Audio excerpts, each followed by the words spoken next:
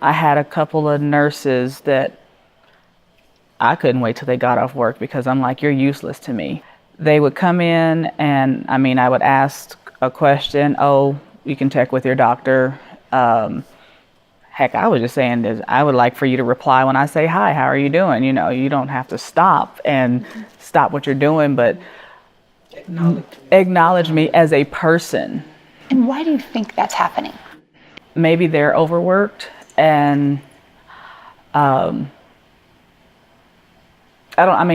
so many different things. It wasn't until a job I had, we had a student who was doing a research project, and what she talked about was the covert stress that women of color experience that we necessarily don't acknowledge or aren't aware of, and just the blatant disrespect that we overlook because it's a part of our everyday lives, and how that can have a stressful impact on your lives. And it was kind of like, when I look back and think about some of those experiences, yeah, those heifers were disrespectful. And I wouldn't have been there if I, had a choice, but why did I get treated differently? Was it my skin color? Did they have did they think that I didn't understand? Did they automatically think that, oh, she's not gonna know? So what do you want those nurses, or what do you want those medical people to know? What do you wish they had in their head when they came in and took care of you? What would they want if they were in my bed? If they were in the bed I was lying in and they gave themselves that exact same service, would they be happy? You brought up the statement that you were in the hospital and your husband was there, and they didn't look to him for any guidance or any answers to questions or anything like that. Do you have any insight about what that was about? Oh, how am I going to say this? At the time that we were pregnant with twins and had this child, we were not married. So my last name was one thing and his last name was another. So that is just the baby daddy or the current boyfriend, and I have no idea. He probably won't even be back up here after the baby's born. Basically, just the thoughts that could have been. Yeah, the thought process of how society looks at men, their role in their children's lives, or the role in lives, period, that they're not really reliable or...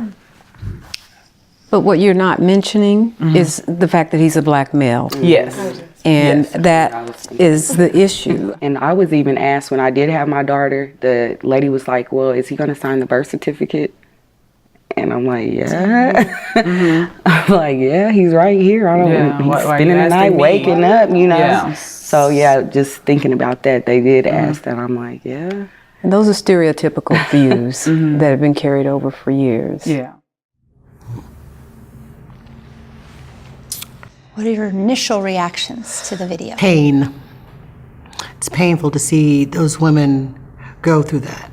I think she nailed what is a core feeling. Do you see me as who I really am, or do you see just this stereotype, this black woman that has a Medicaid card, can't pay for the services, but are in need of your care?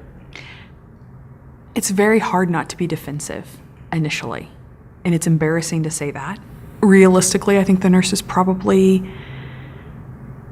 did not think that certain patients can understand the condition, or they aren't as willing to explain it to certain patients. I think one of the things that she said that really stuck out to me was the covert stress of being black, and I can't pretend to understand that, but I think it's very real, and I think it has a huge impact on care and outcomes. My initial reaction, and trying to be objective, I think I see it from two different standpoints. I see it as being a black female. I understand the covertness they're talking about. They're right, we deal with that all the time. But you can either be a part of the system, or you can get trapped up in the system, or you can be a change to the system. Well, and we danced around the issues a lot in the videos. And one of my questions is, why did we spend so much time dancing around the issues? Because it's an uncomfortable issue. No one wants to perceive that race is there, but everyone knows it's there. You know, no one wants to say this. We've been programmed to try to put race out of the issue here. Why? Why? Yeah. Because it's not mutually beneficial for us to continue to talk about race. Why? What does that do? Well, what it does is it continues a false sense of belief that everything is equal, that we're all able to access whatever we want. You know, you've come a long ways, Black people, don't you know? Racism doesn't exist anymore. You have a Black president.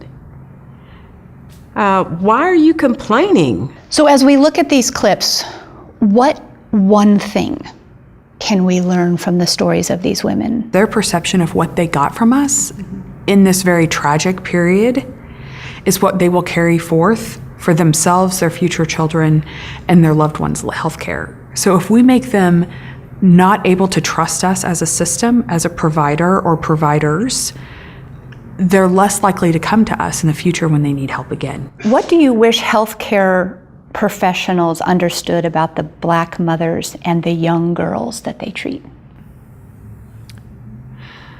I can't say it enough, that they're individuals. They come with unique needs. They come with deficits, just as we all do.